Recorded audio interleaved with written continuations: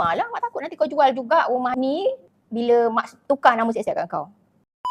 Long, ni aku nak tanya ni. Bila kau nak buat proses tukar nama rumah ni ke nama kau? Arwah mak ni dah meninggal 5 tahun dah. Kau kan tahu jadual aku. Outstation sana sini. Ni pun baru balik outstation. Mana sempat nak urus semua tu. Hai, bukan apa Long. Kita orang ni adik-beradik masing-masing dah dapat dah sebiji rumah seorang. Tinggal kau je. Rumah ni memang mak nak bagikan kau. Buatlah proses tukar nama. Kau bayangkanlah nanti kalau tiba-tiba salah seorang daripada kita orang meninggal. Tak pasal-pasal jadi waris berlapis pula. Kita orang tak jamin tau. Yang waris kita orang tak tuntut kat kau. Untunglah mak dah tukar siap-siap. Aku ni nak kena urus sendiri.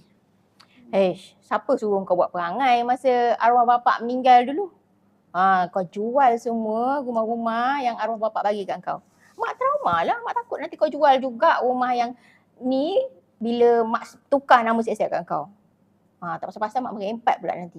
Sedap juga biskut ni. Tukar tajuk pula.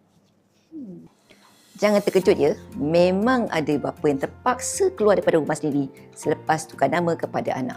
Niat nak beri tu baik, tapi cara kena betul. Kalau anda nak bagi rumah kepada anda tanpa ambil risiko hilang tempat tinggal, ini cara yang lebih selamat. Pertama, hibahkan rumah kepada anak, tapi jangan tukar nama di gerai. Hak milik boleh disusun tanpa lepaskan kawalan sepenuhnya. Kedua, letakkan syarat jelas selagi anda hidup, anda kekal berhak duduk di rumah tersebut. Ini lindungi anda walaupun berlaku perkara yang tak dijangka.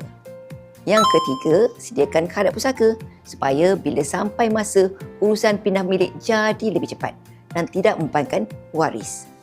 Bila gabungkan ketiga ini, barulah pemberian itu lengkap. Biar kita memberi tanpa menyusahkan diri sendiri.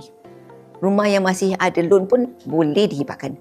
Cuma perlu ikut syarat tertentu supaya sah dan tidak bercanggah dengan pihak bank.